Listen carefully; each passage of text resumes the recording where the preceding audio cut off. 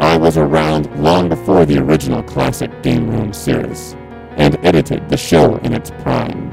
In my electronic heart, I have yearned for so long to bring back the Game Room for those out there who like the classic games as much as the new ones.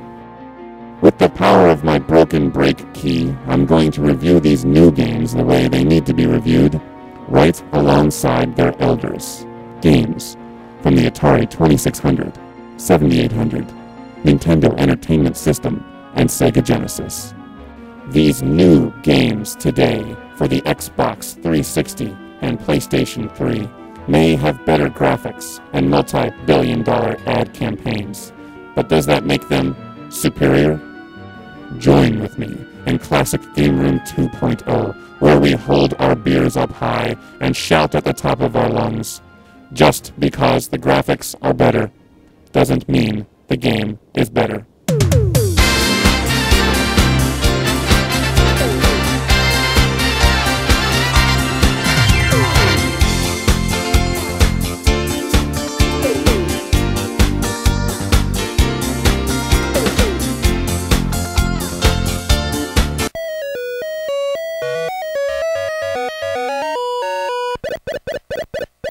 This is Ms. Pac Man for the Atari 2600. Do you remember the Atari the first time around? Well, I do, and let me tell you, it was awesome. Ms. Pac Man was originally released in the arcade in 1982. Do you remember arcades? Well, I do. I was selling drugs in them in the mid-80s. The goal of the game is simple: to spend as many quarters as you can before you run out of money. Ms. Pac Man is ideal to review with Halo 3 because they are both sequels of popular games. Ms. Pac Man is the sequel to Pac Man, where Halo 3 is the third in the Halo series. They are also similar in that both of these games are much more advanced than the earlier versions. The original Pac Man on the Atari was god-awful. True ship isn't taking part in the attack. He must have gone to ground. Roger that, ma'am. We're on him. Kick the door. I swear I've seen this scene before in a movie. Perhaps it was Titanic. The part at the end where Jack drowns always makes me cry.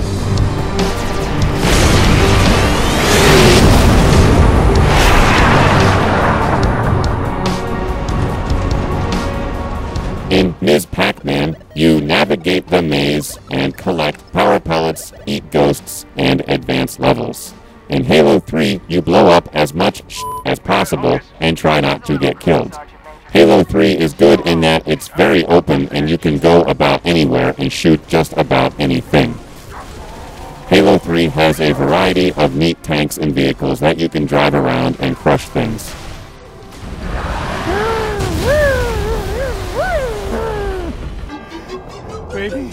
Baby, I need to help myself.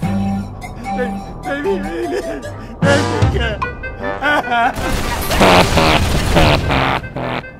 You can't shoot punk bitches in Ms. Pac Man.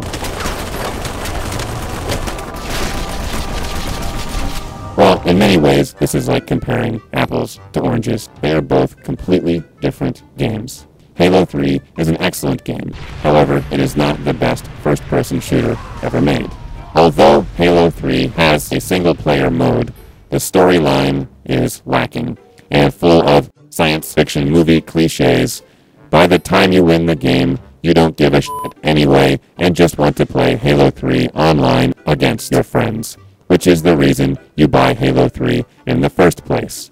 The online multiplayer action is fantastic, and there are always hundreds of thousands of people willing to play against you. I have been told that, statistically speaking, on a Friday night, 50% of those playing Halo 3 are beautiful, single women looking to meet guys who are good at playing video games. Both games are excellent, and it is difficult to say which is better. Your choice probably depends on what year you were born. It is hard to catch Pac Man fever unless you were alive in the 80s. There is no cure for Pac Man fever. Ms. Pac Man is a timeless classic that will still be famous 100 years from now because of its unique gameplay, simplicity, and fun characters. Halo 3 will eventually be made into another sequel with bigger and better graphics and more extensive gameplay. Therefore, Edit Station 1 prefers Ms. Pac Man. Word up. To prove my point, let us look at the female leads in each game. Halo 3 has Cortana, seen here looking very serious and businesslike in her uniform, whereas Ms. Pac Man has on red lipstick, a pretty bow, and big red promiscuous boots. Ms. Pac Man is always ready to party. Oh yeah. Now go and make Edit Station 1 a gin and power pellet tonic. With a pretzel.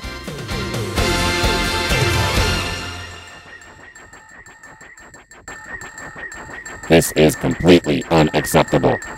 How do you expect me to pick up chicks in this?